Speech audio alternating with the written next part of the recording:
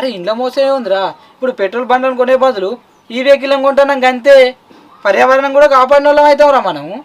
ఇది కూడా కరెక్టే. ఇప్పుడు ఎటు పోయినా కానీ 100-200 పెట్రోల్ పోయింది అయితే పోయి వస్తలేము. ఒక్కసారి ఛార్జింగ్ పెట్టినామంటే మా అంటే కరెంట్ బిల్లు 10 రూపాయలు వస్తుంది. ఆ 10 రూపాయలతోని 80-90-100 కిలోమీటర్ల దాకా తిరిగి రావస్తుంది. అట్లనే పర్యావరణాన్ని కాపాడిన వాళ్ళం అవుతాం. ఏడిఎంఎస్ బండిని బుక్ చేసుకోండి, మీ భవిష్యత్తును మార్చుకోండి. అదేవిధంగా 100 మందికి ఉపాధి అవకాశాన్ని కల్పించండి.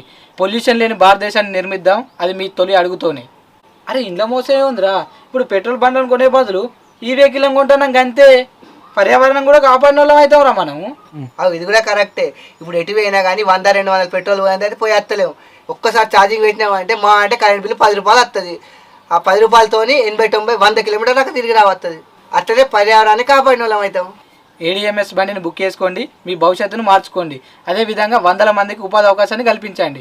పొల్యూషన్ లేని భారతదేశాన్ని నిర్మిద్దాం, అది మీ తొలి అడుగుతోనే. అరే ఇంట్లో మోసే ఉందిరా. ఇప్పుడు పెట్రోల్ బండ్లను కొనే బదులు ఈ వెహికల్ కొంటున్నాం అంతే. పర్యావరణం కూడా కాపాడిన వాళ్ళం అవుతాం రా మనము. ఇది కూడా కరెక్టే. ఇప్పుడు ఎటు పోయినా కానీ 100-200 పెట్రోల్ పోయింది అయితే పోయి వస్తలేము. ఒక్కసారి ఛార్జింగ్ పెట్టినామంటే మా అంటే కరెంట్ బిల్లు 10 రూపాయలు వస్తుంది.